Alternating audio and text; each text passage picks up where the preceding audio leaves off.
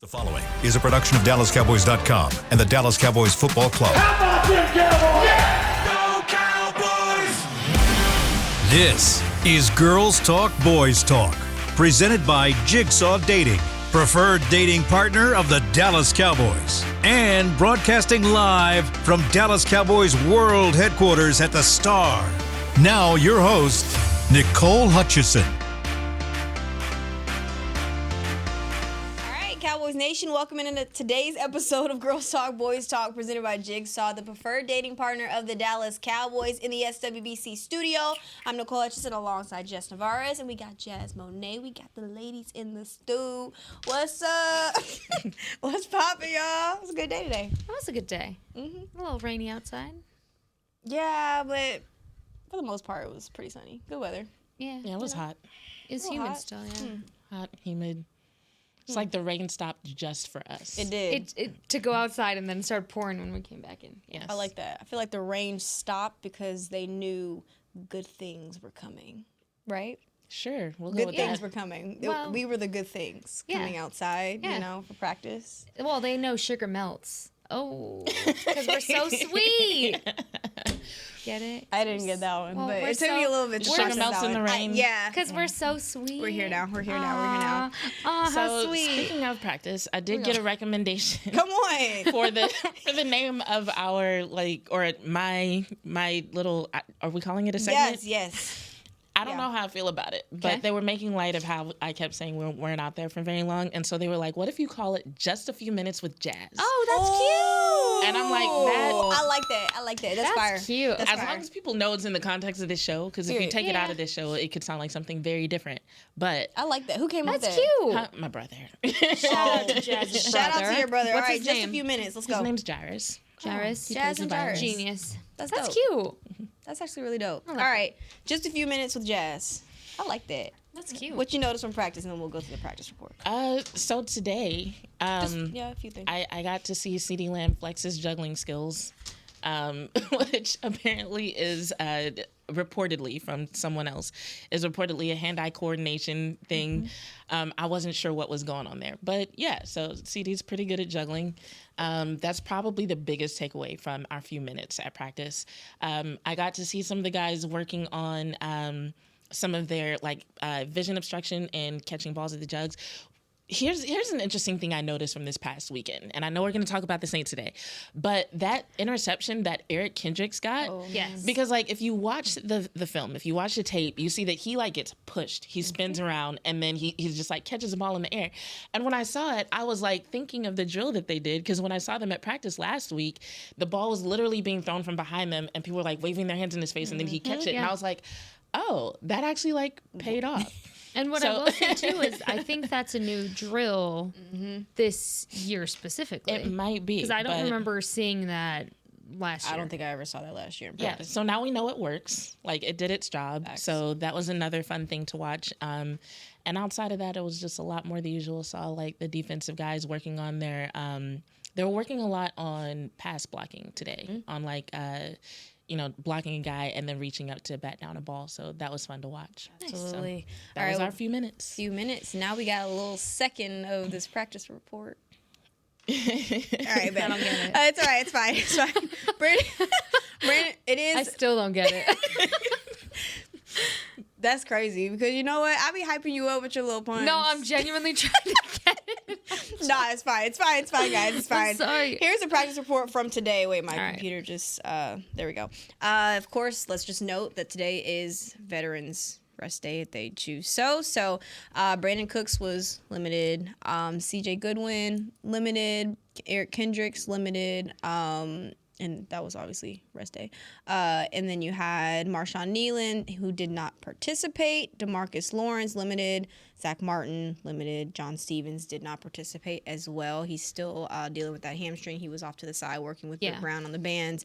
And the Saints, let's look at theirs. Oh, yeah. Sorry, my eyes are... They had a long one. I do want to say while you're big looking one. for that, Yeah, I go for did it. catch up with John Stevens in the locker room today. He did tell me he feels night and day compared to what he felt last good. week.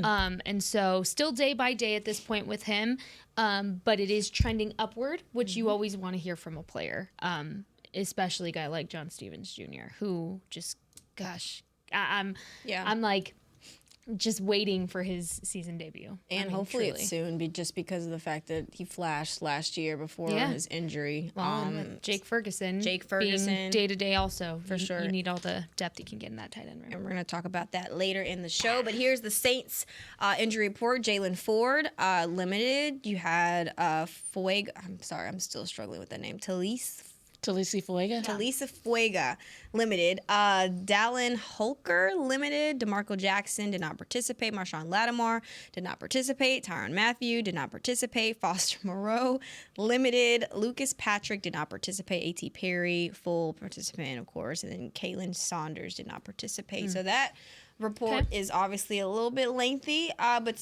just starting with, Mike McCarthy, we heard from him today in the press conference, and one of the things that kind of stood out to me was he said they spent all summer in Cleveland, all summer preparing for Cleveland. Yeah. So now they're back in that 7-day workflow when they come back Mondays, preparing for the next opponent. My question to y'all ladies is, do y'all think that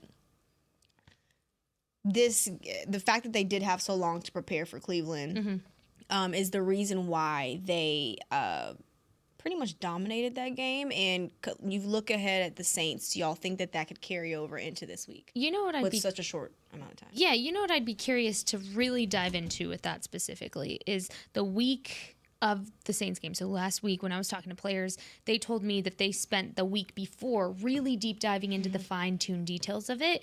It didn't sound like they were like just strictly honed in on the Browns for the longevity of the summer. So I wonder if that was more of a coaching thing, them kind of preparing and in that sense taking it to the team the week before, because the week before was really what they used to fine tune. I had told you like who steps on what foot before they take off, what their dominant hand is. I mean, things, just the most, I don't know, the tiniest details. Yeah. So I'm wondering how much of it was just coaching and then how much of it was players involved in that as well. I think obviously having that much time to look at film and prepare for an opponent is going to make a big difference. I think it'll carry over to the Saints, though, because a lot of the things that they had to work on in order to be prepared for the Browns, they're going to use against the Saints. Yeah. And Mike McCarthy has always been big on building like 1 week after the other, one section of the season after another. So he just seems like the type of coach who would have thought about that going into week one. So, yeah, I'm pretty sure that there are some things that they can build off of and take with them into this week against the Saints. What's the number one thing you want to see from this offense this Sunday? Consistency. The consistency of you set your standard. Yeah. And now continue to build upon it. As far as... And what's their standard in your eyes? You want to take the good from the bad last year, continue to win at home as well.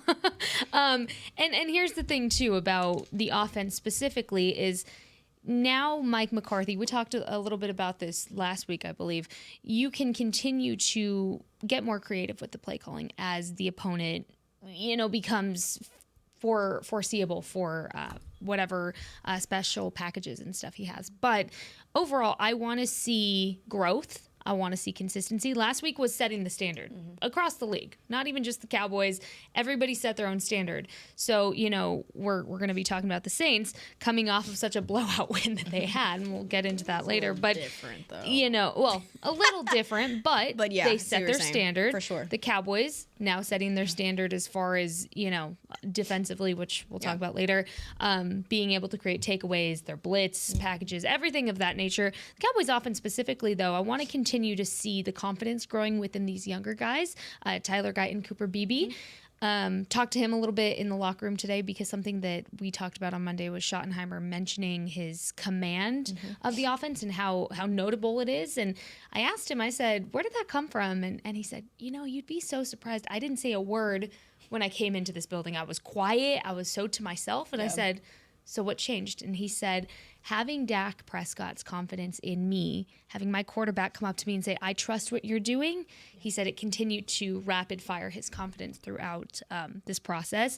The guys around him, he said, when a Zach Martin's coming up to you and saying that you're doing a good job, he's like, I would take those as pretty much little wins. And so I want to continue to see that. Yeah. And when things get difficult, or if they get difficult, I don't want to see them deter away from still going on an upward trend. I definitely want to see some more growth. I mean, we saw some really good things, obviously, from the offense, but there are also little things that I think they can improve upon.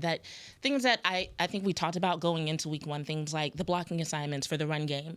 And for the most part, I think the run game looked a lot better than what a lot of people thought it was than how a lot of people thought it was going to look. But I think the reason why people had the expectations they did is because of what we saw last season. There was actually a lot of room for even more production than what we did see. So there were a couple of instances where you saw a runner going through a gap that maybe wasn't optimal. Now, I don't know if that was the runner's fault or if that was because of blocking assignments being missed, but little things like that I would like to see get cleaned up. Tyler Guyton, I hope he's not mad at me for calling him out, but on paper, he did great. 2 pressures, right? Yeah. 1 sack, which a lot of people expected worse from the rookie. But if you're watching the film, you see a lot of instances where he's getting pushed back, where people are shedding him very easily. And yes, it was Myles Garrett in a lot of those situations. So the reigning defensive player of the year, what would you expect? Yeah. But I would like to see him hold his ground a little bit more and kind of dictate the movement between him and the guy across from him a little bit better and not get pushed back so much and not get moved around so much. Overall, just growth. A lot of those little things that a team might watch the film and be like, okay, we're going to take advantage of that and that. I would like to see them clean it up. And speaking of this offensive line, how much of facing Myles Garrett, Zadarius Smith, that whole defensive line from the Browns, do you feel like prepared Tyler Guyton and Cooper Beebe for, a Chase Young, Cam Jordan, those guys? I mean, and not to mention their own teammates. When you have this top caliber defense that, and you didn't necessarily know what to expect under Mike Zimmer. I think that's still to be determined despite a very successful week one. You have a guy like Micah Parsons. You have a Tank. You have an Eric Kendricks. You have so many weapons that you're going against day to day, and you're tired of the iron sharpens iron mentality. But it is true. So I feel like any preparation, and this rookie class specifically is so special, I think, because they're so coachable and they want to learn. Any experience they have gotten, they've taken really big leaps and bounds from. Specifically when you're talking about Cooper Beebe, Tyler Guyton, and then you even look at the bigger picture of them having to fit into this O-line that was used to working together, but now you have a new center. You have a new guy taking command. I mean, you're not with Tyler Biotis, who you were used to before. Tyron Smith no longer there. Obviously, huge shoes to fill. So I think, to answer your question, it's going to continue to be a work in progress for this offensive line. But overall, I mean, they're coachable, they want to learn, and they're picking it up like sponges. Physically, I think players like that will prepare them. But this week, we're going to be looking at a completely different scheme. Joe Wood has completely different tendencies than what Jim Schwartz had. So, that's going to be a new challenge for them as far as what they're reading in real time. Yeah. But I don't want to insult anybody. I don't think in terms of that it'll be as big of a challenge. But as far as preparing for players like who you mentioned, Chase Young, I don't have too many major concerns. My main concerns right now, which is something that I want to watch a little bit more film on, is just how they were doing the blitz against the Panthers. Yeah.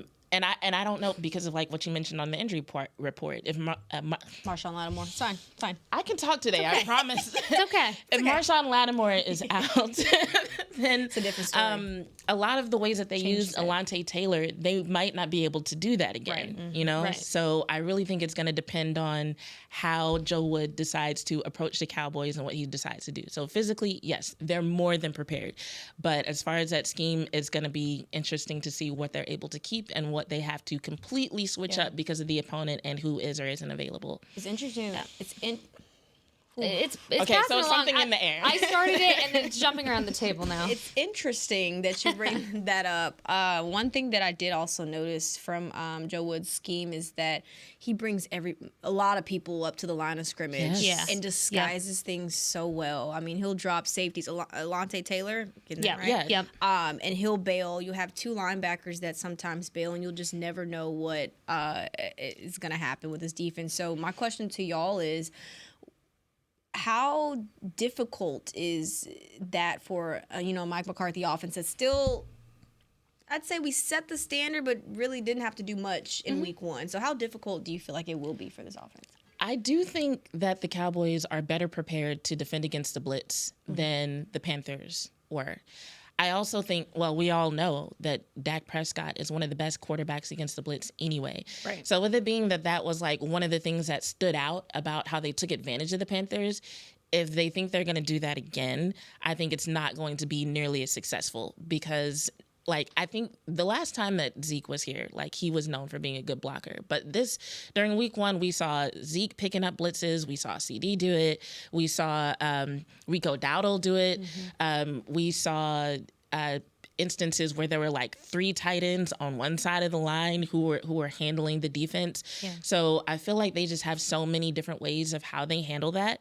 I just don't see the Saints posing as far as that particular part of their defense, I don't see it posing as big of an issue. So they're definitely going to have to find another way to attack the Cowboys and try to take advantage of them. For me, that it kind of keys off of you have the advantage of getting to work against a Mike Zimmer every week as well, because he's also very good at window dressing and disguising, especially when it comes to the blitz. I was watching online today. I saw a video pop up on my timeline, and I wish I remember who posted it, but it's on my timeline if you go look. And what you see is how the linebackers, so you have Ademo and Eric Kendricks kind of go up to the line when they see the running back. The running back drops forward to try to protect Deshaun, and then they drop back. So what you just described is very much so kind of up Mike Zimmer's alley anyways.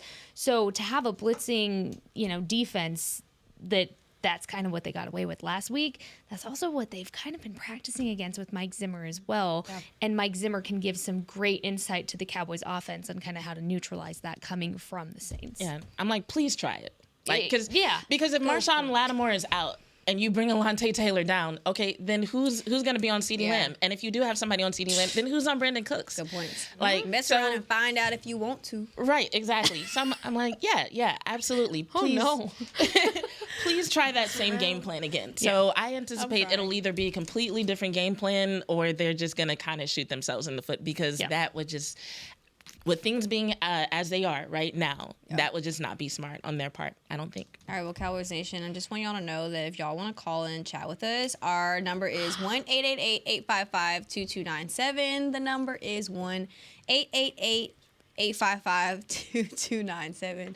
Hit that line, hotline bling. All right, bet. So, Cowboys Saints last meeting was in 2021. It was December. The Cowboys won that game, but that was obviously the Taysom Hill era when he was at quarterback. Now he is not. Derek Carr, hello.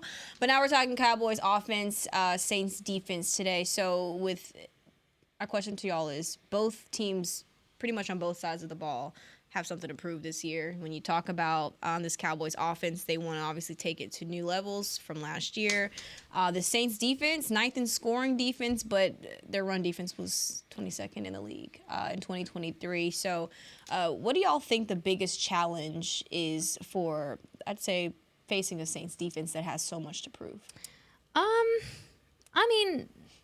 It's also week 2, so I feel like everybody kind of has something to prove. Like, their storylines from last year are still leaking into this year because there hasn't been time to create new ones, So I feel like everybody's kind of on the same level at that point. But I think for the Cowboys specifically, when you look at what they should prove, not what they have to, what they need to prove, is, one, play up on their strengths I mentioned earlier, start at home with a win. You don't want to start because of what they did last year, the record-breaking home wins. If they lose this game, guess what narrative is going to start following? Oh, they can't win at home now. I mean, it's just part of it, and you guys know that. But overall, I also want to continue to see. I want to see Mike McCarthy progressing as a play caller as well, and I say that because the first half of the game last week, impeccable, phenomenal, injected in my veins. I want more of that. I want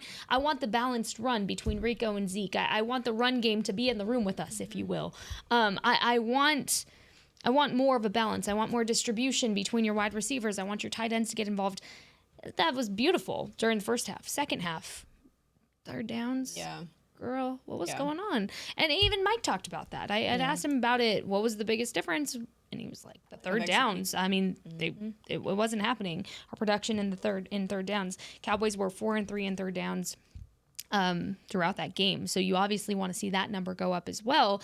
But I just want to continue to see him progressing as a play caller consistently throughout the entire game. I understand adjustments and, in-game adjustments, halftime adjustments, whatever the case is. I just want to continue to see him find what works for this offense to where it's a continuously good game. You don't have to sit here and say the first half was so good, second half wasn't. I want a continuously good game throughout the entirety of it. That's what I want. Yeah, Mike McCarthy has become kind of known for not really fully going into the playbook until later in the season. So I experienced those same frustrations, but at the same time, I was just like, this is what he does. It's week one. We're not going to see the good stuff till later. So it's whatever. Like, they had such a big lead. I was like, they probably are just going to play it safe and be conservative. And that's not something I would expect him to say out loud. But I'm just like, I wouldn't be surprised if that was the case. They're like, we're doing good. On third downs, though. You're not wrong. Not wrong. I hated that. Drove me nuts. But when it comes to the Saints defense and them having something to prove, not only do the players have something to prove because, it's been 3 seasons since they've seen the postseason, I think has it been 6? Maybe not. Maybe I'm tripping. Yeah, either way, it's been at least 3, maybe 6. But not only that, but the defensive coordinator, he has some things to prove because he had a very unceremonious exit from the Browns, and there were a lot of people who were criticizing the Saints even taking him on because they're like, yo, this guy just got fired for inconsistent performances, not being able to show up when it mattered in terms of what he put on the field and how he taught his players to approach the game. And now you're going to bring him to a team that's already kind of in this like weird transition with losing so many of their stars and important coaches. So he's kind of at a point where his reputation is on the line. So I really feel like what we're going to see from the two teams is like, on the defensive side, I 100% expect them to try to pull out all the stops. And we know how teams do whenever they face the Cowboys. Like some people say, oh, it's their Super Bowl. I'm not going to go that far, but it's just like they know people are watching. And there's so many teams who look completely different than what we see from them the rest of the season when they play the Cowboys. So I expect to see that again with there being so much in terms of reputation on the line for this team. Well, a lot to expect. Hopefully we expect Jake Ferguson back on the field, but we don't know yet. We will find out up next on Girls Talk, Boys Talk, presented by Jigsaw, the preferred dating partner of the Dallas Cowboys. We'll be right back. It's the official men's skincare brand of the Dallas Cowboys, Jack Black. And right now, Cowboys fans can get 15% off their $75 order. Plus, because every deal needs a playmaker, your order will include a free 5-piece skincare set and free shipping. The Jack Black Playmaker is 4 of Jack's favorites and a full-sized intense therapy lip balm. Make a play for the Playmaker at getjackblack.com/Cowboys with the code CowboysVIP. That's getjackblack.com/Cowboys with the code CowboysVIP. We know that juicy, cheesy, grilled to perfection burger sounds amazing, but it does sound like something is missing. Pepsi, baby! The yin to this burger's yang. Burgers and Pepsi go together like burgers and Pepsi. This perfect blending of flavors makes every bite of lettuce, every sesame seed on the bun, and every sip of that crisp, refreshing, ice-cold cola a journey to Foodtopia. Burgers, better with Pepsi. That's what I like. At Jigsaw Dating, we obviously want the Cowboys to bring that 6th ring home. But to be honest, we're more focused on finding the person who will put a ring on your finger. That's why we created a dating app that reveals your face through meaningful conversation, so you can date deeper. Because it's personality that matters the most, not looks. Join Jigsaw Dating today, dating partner of the Dallas Cowboys.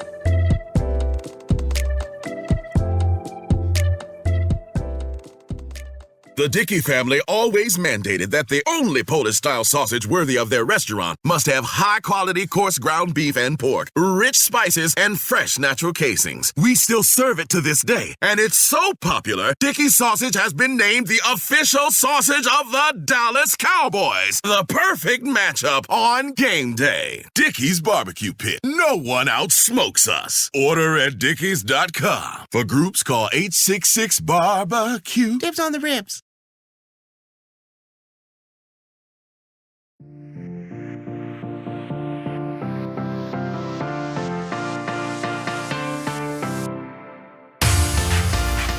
the Texas A&M Aggies and Arkansas Razorbacks return to AT&T Stadium on September 28th in the Southwest Classic. Don't miss your chance to catch this highly anticipated annual matchup. Tickets are on sale now at SeatGeek.com, the official ticketing partner of AT&T Stadium. Go ahead and get your tickets, Cowboys Nation. We have a little Fergie update. Jake Ferguson, sorry. With Patrick No-C Walker. We heard from Jake Ferguson today in the locker room, but a little quick note from Patrick. He said about the MCL sprain that's barely a grade 1. He asked him about, how much are you in pain from a scale 1 to 10. And Jake Ferguson said right now it's a 0. So it's good news to hear from that. I talked to him a little bit too on the side, and I asked him, kind of what the feeling is just sitting there. He's like, right now I don't feel anything. When it happened, he said, I explained it to the trainers as a weird feeling. He said, I don't even know how to explain it because it's something I've never dealt with before. He hasn't ever dealt with this kind of injury, so he didn't even know how to explain kind of what he was feeling. But definitely it sounds like he's on the up and up. It's just definitely going to be day by day still, which you hate to see and you hate to hear. But if you're looking for the glass half full, it definitely could have been a lot worse. And I think initially they thought it was. If you look at, my bad. I was going to say, he went into a lot of detail with the media about what he was feeling. So that'll be something that'll be released later. But what the MCL does is it controls stability. So a lot of times, and I'm not speaking for Ferguson, just to be clear, I'm describing what most athletes describe when they experience an injury to the MCL.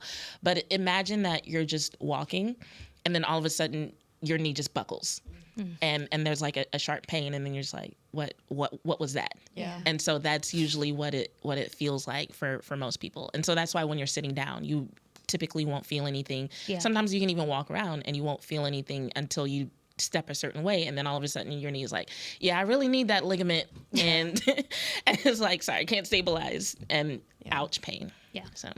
Well, if we'll say if, because there's no news of whether or not Jake Ferguson will play against the Saints or not. They're optimistic, so he's going to still be working with the return to play group. But with the possibility of the Cowboys not having Jake, what kind of loss would this be as far as this passing game, or just in general for this offense?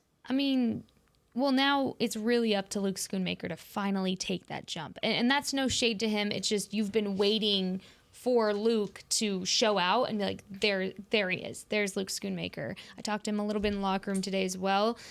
He did tell me he got a little bit of extra time with Lunda than he normally would, just in case, Jake's not ready to go. But overall, what impact does it have? You're at the point with that tight end room where Jake is your only viable big threat name in that room. So one-on-one matchups, they're not going to take Luke Schoonmaker seriously. Yeah. And that's, again, no shade to him. It's just he hasn't, I don't want to say he hasn't done much to be noticed. He also hasn't had opportunity based on the year the tight ends had overall as a whole in general, and their lack of usage. But you're also eyeballing if John Stevens Jr. can come back. The status on that. But I thought it was interesting that they mentioned Hunter Lipke as Mike had mentioned it earlier this week as, kind of another option. You have Brevin Spanford as well, but Hunter Lipke kind of getting a little bit more involvement there with the tight ends. So it's interesting. It definitely shuffles things around and it makes it difficult. But these guys have to step up and they have to start making names for themselves to be respected across this league. And it's now or never if Jake doesn't play. Yeah, I agree with you. And I also thought that Lipke mention was interesting, but I think, it just kind of depends on how they plan on using these guys.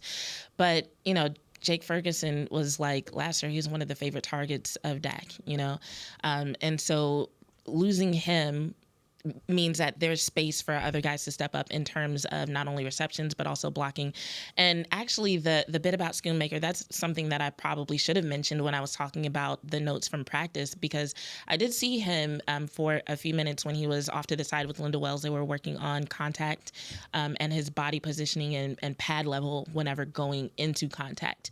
So it looked like they were preparing him for how he might need to do certain things in terms of carrying the ball. So do with that information what you will. So, but they were definitely preparing him. He definitely had some time to work on his own. So yeah, it looks like he's preparing himself to walk through that door that you mentioned. That's interesting that both of y'all note that Luke Schoonmaker was working off to the side with Lunda Wells because, and this is again no shade to Luke, I have never seen him work one-on-one with. It's Lunda usually Wells. just Jake. It's usually just Jake, Yeah. and that's what separated him from the rest of the pack because he's just constantly working. So I'd love to hear that, Luke was obviously getting some one-on-one work with Lunda.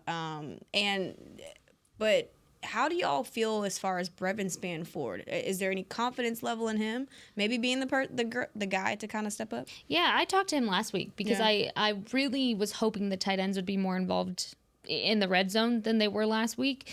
And what I feel like from Brevin is very much reminiscent to how I feel like Luke felt last year, kind of still trying to find his footing, trying to find his place in this tight end room. But I feel like the confidence is growing for him, and he's one of those players that it takes one good play to get that going. Yeah. Very much so Hunter Lipke-esque last year of having just that one good play, and it kind of jumpstarts you. Yeah. But the big body tight end thing, I mean, he was somebody that stood out last year when we were talking about it on here, and you can use him to your advantage. Yep. I mean, Dak has so many shiny toys he can play with, like, in this tight end room that I think that's why I get so frustrated because you have a big body tight end that is hard to go on one-on-one matchups with, especially when you're going to play the Saints, who are key on this man coverage that I was kind of watching earlier. So I think, again, if John Stevens can't go in, if Jake can't go, it's time. It's time for you guys to make names for yourselves. And week 2, I think, is the perfect time to do it. Yeah. It's a long season. Do it now. I think if his number gets called, he'll be ready. I think he, like you said, hasn't had a lot of opportunity to show what he can do. Yeah. And in the preseason, obviously he's going through training camp, but when it came to those preseason games, it just kind of felt like the tight ends didn't have the spotlight on them very much in general. They just weren't used. Trey Lance wasn't using tight ends the same way that Dak Prescott typically uses his tight ends. And so I think now that he's getting some time on the field and figuring out where he fits in with the rest of this offense, and obviously the decision makers for the offense are figuring out what he's good at and how to use him, I think we'll see him show up a lot more as the season goes. Yeah. So I haven't seen anything from him that would make me doubt him. Yeah. That would make me be like, he's not the one to depend on. But I do think that he just needs some more opportunities. And to that point too, you have to remember all summer they were kind of deciding how they were going to go about using Peyton Hendershot, or if they were going to use him. Yeah. So that pushed him even further back. So now, like you're mentioning, Jess, he has an opportunity to kind of step forward without anybody ahead of him, really. So we'll see. But yeah, his college tape, I remember when we were watching it back, I'm like, oh my goodness, he's an exciting player if you can get him going. But we'll see. We'll see. How should the Cowboys attack this Saints defense? I mean, the first thing that stands out is that 20-second run defense. Yeah. There's no indication that will have necessarily improved. So I would say, like, we did pretty well with the run game last week in terms of yards per carry. So I would say, like, keep that going. Like, let's improve upon that and let's keep using that. I also think that, if they do end up trying to, like, use those blitz options that they use against the Panthers, Dak Prescott has gotten really good at getting the ball out quick. And so if they're blitzing, then one of your receiver weapons is uncovered. So I can definitely see the Cowboys taking advantage of that and just be like, oh, all of y'all are up here? Then, okay, who's back there that I need to get this ball to? I think the Saints are in a position where they're really going to have to pick their poison. And I think whatever they pick, the Cowboys are in a position to attack the opposite thing. It's like, okay, so you've got everybody covered. All right, well, then we can run the ball because we know you're not great at defending that. Okay, you're going to blitz. All right, well, I'm just going to, make this play happen behind you. Fine, you're good. You're good. And that's exactly what happened with that Brandon Cooks touchdown. Yeah. So we love to see that. But I'm sorry, keep going. No, I was like, go ahead. My bad. I didn't know if you were going to talk about. Go ahead. Go ahead. Oh, I thought you were going to No, add you're to that. fine. Go. Oh, no, it's okay. No, I mean, to piggyback off of that, too, just having... Sorry, I'm watching the Eagles and the Packers. Gross. Sorry, I'm so salty still. Nah, it's fine. We gotta just wipe it away, just act like it didn't happen. The It's Eagles, New Year. generational trauma, girl. You're talking to a millennial.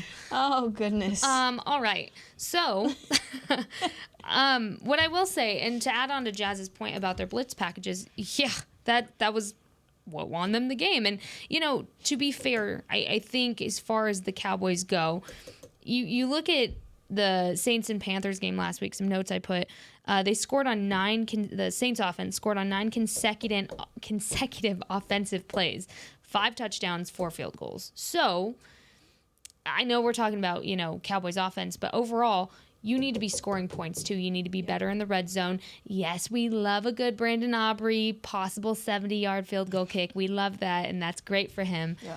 I don't want to see Brandon Aubrey as much in this game, genuinely. And that's, you need to start capitalizing in the red zone. And we always go back to this conversation.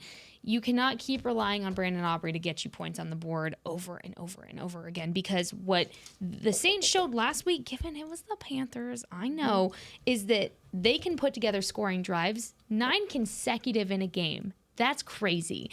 And that was to open the game. The defense last week, the Saints defense gave up 193 total yards, forced 3 turnovers overall. I mean, the Panthers struggled with the run game, to your point, Jazz. So I think if you want to find a strength in this, it's getting ahead early. And I just feel like whoever gets hot first is going to carry the momentum throughout the game. And guess where that starts too? Special teams. If you have a Cavante Turpin giving you good field position, which we talked to him in the locker room today. He tells us, he said, yeah, I went to the sideline. I told them they better stop kicking to me. I'm going to take them to the house. He's sick. But overall, put yourself up in a position to win. Yeah. And I know that sounds so simple, but again, good field position, score.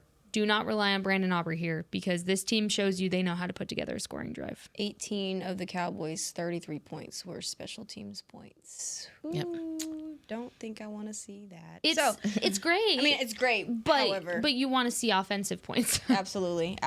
Well, we're going to take our second break and talk more Cowboys offense, Saints defense after this second break. You're watching Girls Talk, Boys Talk, presented by Jigsaw, the preferred dating partner of the Dallas Cowboys. We'll be right back. The Dickey family always mandated that the only Polish-style sausage worthy of their restaurant must have high-quality coarse ground beef and pork, rich spices, and fresh natural casings. We still serve it to this day, and it's so popular, Dickey's sausage has been named the official sausage of the Dallas Cowboys. The perfect matchup on game day. Dickey's Barbecue Pit. No one outsmokes us. Order at dickeys.com. For groups, call 866-BARBECUE. Dibs on the ribs. We know that juicy, cheesy, grilled to perfection burger sounds amazing, but it does sound like something is missing. Pepsi, baby! The yin to this burger's yang. Burgers and Pepsi go together like burgers and Pepsi. This perfect blending of flavors makes every bite of lettuce, every sesame seed on the bun, and every sip of that crisp, refreshing, ice-cold cola a journey to Foodtopia. Burgers, better with Pepsi. That's what I like.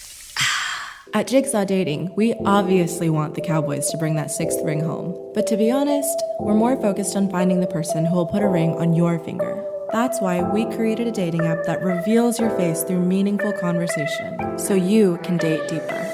Because it's personality that matters the most, not looks. Join Jigsaw Dating today, dating partner of the Dallas Cowboys.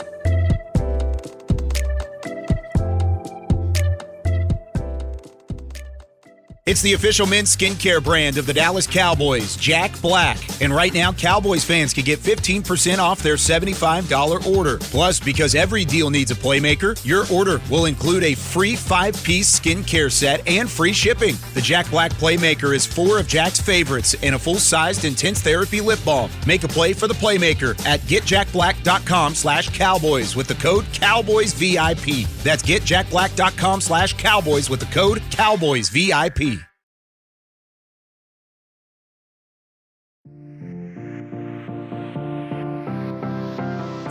game day looks with the 2024 Dallas Cowboys Nike Zoom Pegasus running shoes. Discover the ultimate comfort with its responsive cushioning and breathable mesh. Sorry, I lost track there.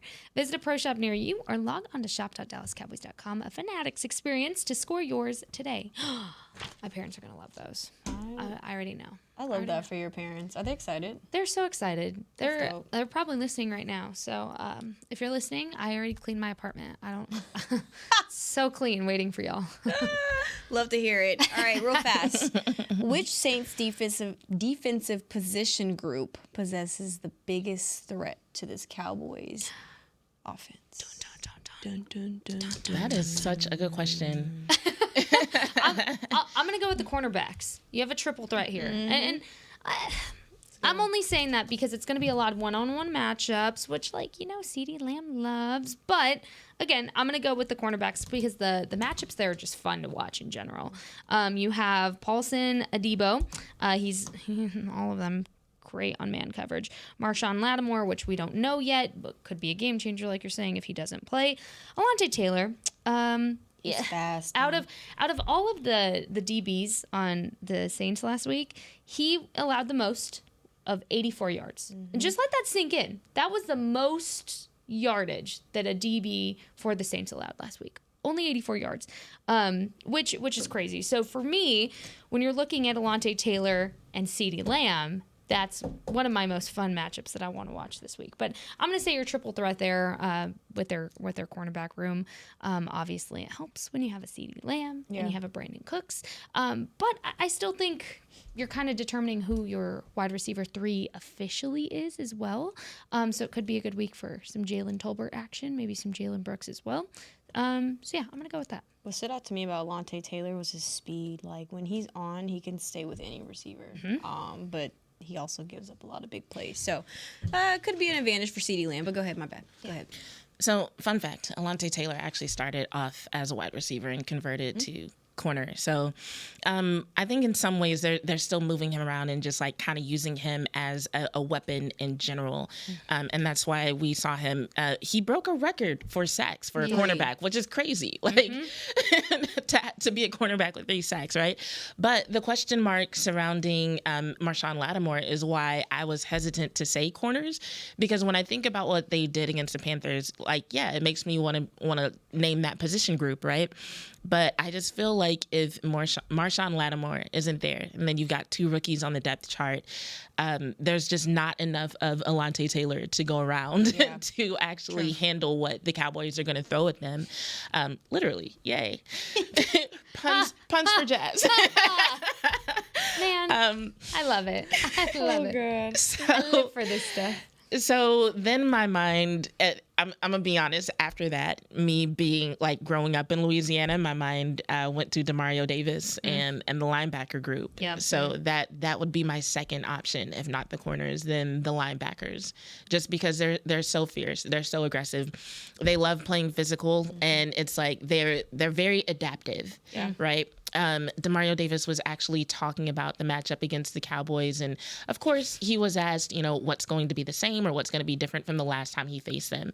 And he described their defense as a Madden game that gets updates every year. And he said, so if you try to go by the old footage or even my old tendencies, it might mislead you a little bit. Yeah.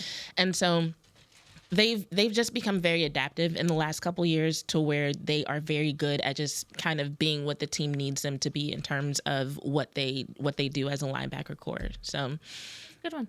Fun note about Demario Davis. He had 6 straight years with 100 stops, 6.5 sacks, 15 pressures, 12 tackles for loss. And 2 forced fumbles in 2023. So, definitely He's a beast. Game changer. He was a beast. That linebacker core with even Willie Gay, I don't know if he will play or not because he was listed on this injury report. So, that's a little questionable as well. But a lot of things to watch for in this Cowboys matchup on Sunday. So, looking forward to. What matchup are you looking forward to the most, real quick, before we wrap things up? CeeDee Lamb and Alontae. I was about to say, I want to see how they handle CeeDee Lamb. I'm expecting it to be Alontae Taylor, unless Marshawn Lattimore does end up playing. But yeah, I want to see how they handle CeeDee Lamb. So whoever ends up on him, that's what I'm going to be watching. I'm going Tyler Guyton and Cam Jordan. That's a good one. I'm going Cam Jordan, Tyler Guyton. That's going to be a lot of fun. But a lot more fun over the next couple of days because we got more Girls Talk, Boys Talk presented by Jigsaw, the preferred dating partner of the Dallas Cowboys. We'll see y'all tomorrow. This has been a production of DallasCowboys.com and the Dallas Cowboys Football Club. How about this, Cowboys? Yeah!